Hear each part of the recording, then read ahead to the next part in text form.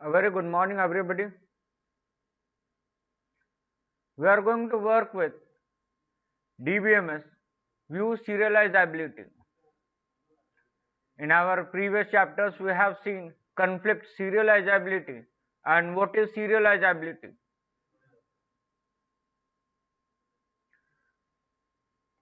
Talking about view serializability, it is a process to find out that a given schedule is view serializable or not. To check whether a given schedule is view serializable, we need to check whether the given schedule is view equivalent to its serial schedule. Now let us take an example to understand the entire thing. We have two transactions, T1 and T2. Then we have read X, write X for transaction T1. Then we have read X, write X for transaction T2. Then again we have read Y, write Y for transaction T1 and read Y and write Y for transaction T2. Now the serial schedule for the above schedule. For transaction T1, we have read X, write X, read Y and write Y. For transaction T2, we have read X, write X, read Y and write Y. Now we have to know why do we need the view serializability. We know that a serial schedule never leaves the database in inconsistent state because there is no concurrent transaction execution. However, a non-serial schedule can leave the database in inconsistent state because there are multiple transactions running concurrently. Now by checking that a given non-serial schedule is view serializable, we make sure that it is in consistent schedule.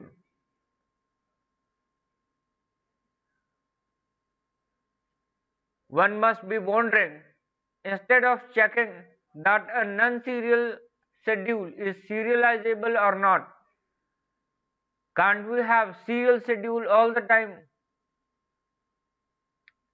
No, it cannot be done because the current execution of transactions fully utilize the system resources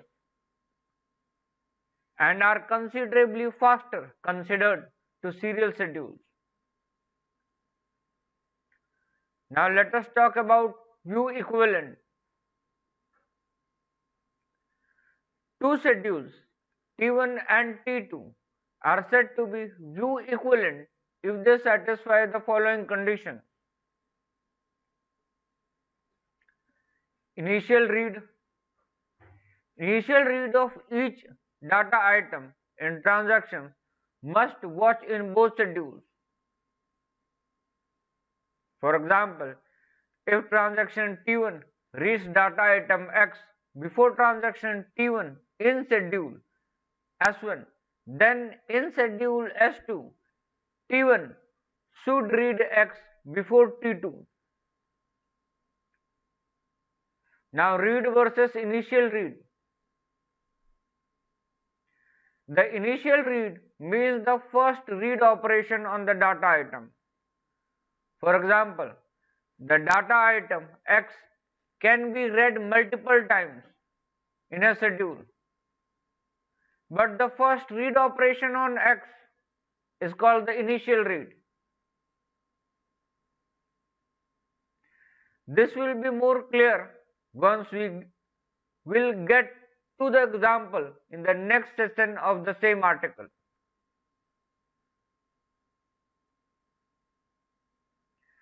Talking about the final write. Final write operations on each data item must match in both the schedules.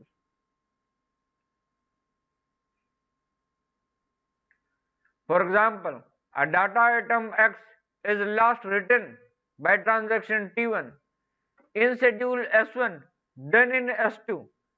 Then the last write operation on X should be performed by the transaction T1.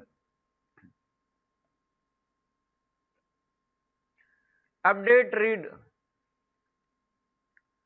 If in schedule S1 the transaction T1 is reading data item updated by T2, then in schedule S2 T1 should read the value after the write operation of T2 on the same data item.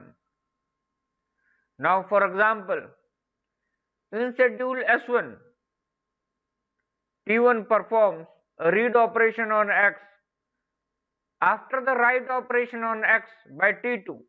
Then in S2, T1 should read the X after T2 performs the write on X.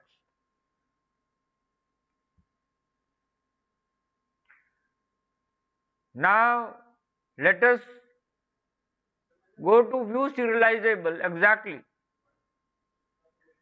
We have known the condition that must be satisfied.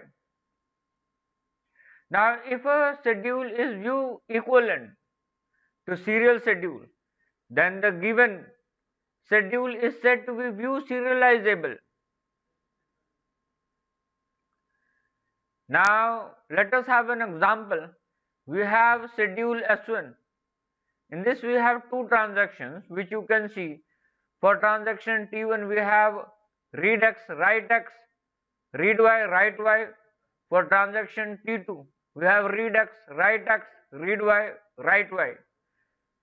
Now when we make this a serial schedule for S2, then what we have? We have transaction T1. In this we have read X, write X, read Y, write Y in a serial way. Then we have transaction T2, read X, write X, read Y, write Y, all are in serial now. Now S2 is the serial schedule of S1.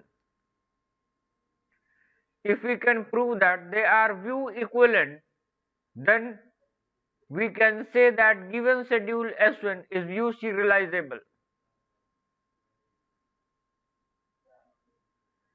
Now let us check the three conditions of view serializability. First we need to know the initial read. In schedule S1, transaction T1 first reads the data item X.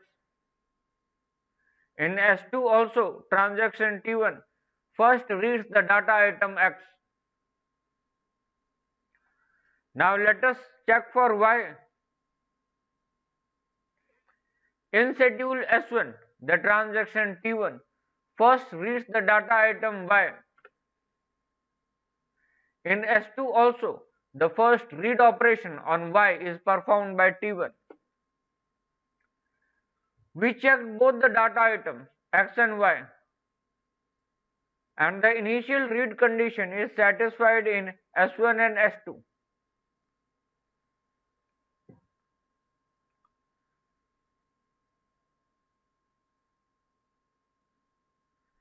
Final write operations. In schedule S1, the final write operation on X is done by transaction T2. In S2 also, transaction T2 performs the final write on X. Let us check for Y. In schedule S1, the final write operation on Y is done by transaction T2. In schedule S2, final write on Y is done by T2. We checked for both the data items X and Y, and the final write condition is satisfied by S1 and S2. Now let us talk about update read.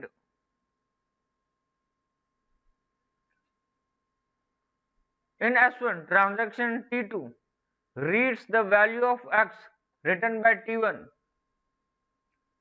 In S2, the same transaction T2 reads the x after it is written by T1.